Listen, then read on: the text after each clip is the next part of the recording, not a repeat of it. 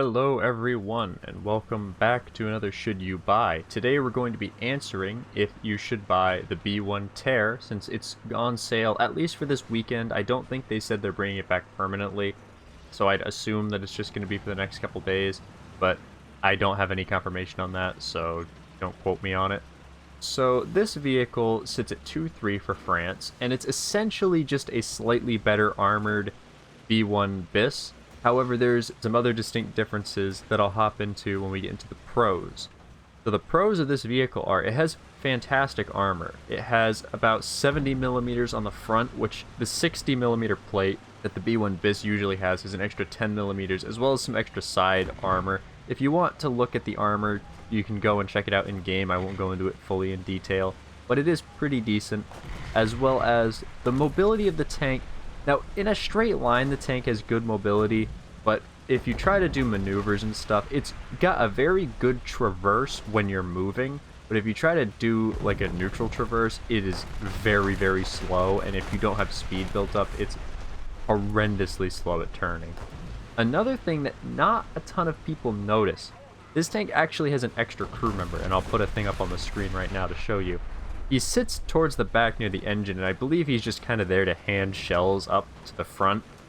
That extra crew member can really be handy, kind of like with the Tiger II 105, where the extra crew member really ups your survivability. Another thing that this has, that the bis does not, is that hull-mounted 75, which both tanks share.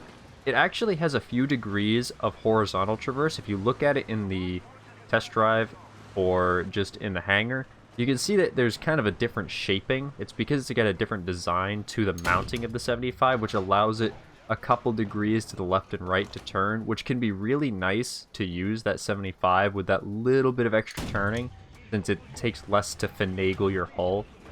And another good thing is you could use this along with the standard B1, which gives you a pretty decent 2-3 lineup for the French. Getting into the cons of this vehicle, there's quite a few. None of them are particularly like awful for the vehicle. There's just quite a few different things that it has going against it. So one is that main turret that you have has horrific turret traverse. It is insanely slow, which is typical for all vehicles at that BR, but the B1 has a very slow turning turret, as well as that gun is fairly weak.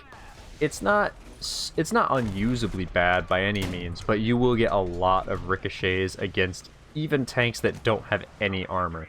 It can be very frustrating. Now the hull traverse, like I said, it's only good on good terrain or while moving. And then that hull mounted 75, it's pretty difficult to aim, I won't lie. Even I have trouble aiming it sometimes. Once you get the hull pointed, it's fairly easy. But unless you have your keys bound where you can easily swap between the different scopes for the different guns, it can be pretty tricky to aim the 75 until you get the feel of how it drops compared to the main gun. And the armor on this thing, especially at 2.3, now on paper it looks good. In practice, you will die to heat remarkably fast because it just melts straight through your armor. Even if you're angled, it can still tend to find your spots to go through. It's still very good armor, and if you use it correctly, you won't have any issues, but if you are unangled and you're against like a German vehicle, for example, your armor will just be defeated immediately and you'll lose a lot of crew since they're all packed in. So that's pretty much the pros and cons of this vehicle. I'd probably give this one maybe like a 6. I really do enjoy the B1 Ter. I'm not a super huge fan of that tier of France in general, so that might have some impact on my rating of it. And it is a difficult vehicle for new players to pick up. It's sort of like, it's hard for new players to pick up, but experienced players will do fantastic in the vehicle. So there's a bit of a skill gap for this tank. But once you get over the initial learning stage of the vehicle, you can seal club with this thing like nobody's business.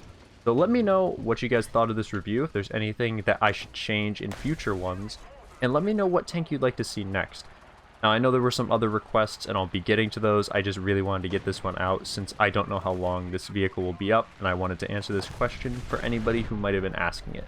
So I will catch you guys in the next one.